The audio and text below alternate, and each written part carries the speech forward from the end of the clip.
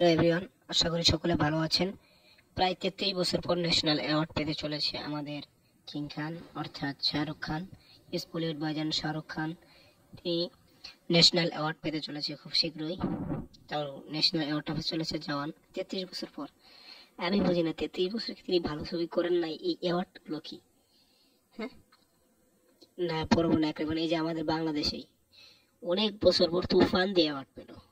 তার আগে অ্যাওয়ার্ড পেয়েছে কিনা আমার জানা নাই। আমার মনে হয় প্রিয়তমাও তো অ্যাওয়ার্ড পায়নি আমার মনে হচ্ছে। তো এগুলো কি অ্যাওয়ার্ড? অ্যাওয়ার্ডগুলো তো আসলে শুধাই এমনি, এখন না দিলে কেমন দেখা যায়, তাই দিচ্ছে বড় বড় সুপারস্টারদেরকে।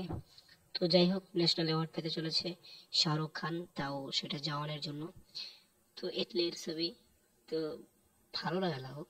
ইটলি 5 অ্যাওয়ার্ড পেতে চলেছে, ছবিটাও ভালো ছিল। তো একটা খুব ভালো ছবি ছিল।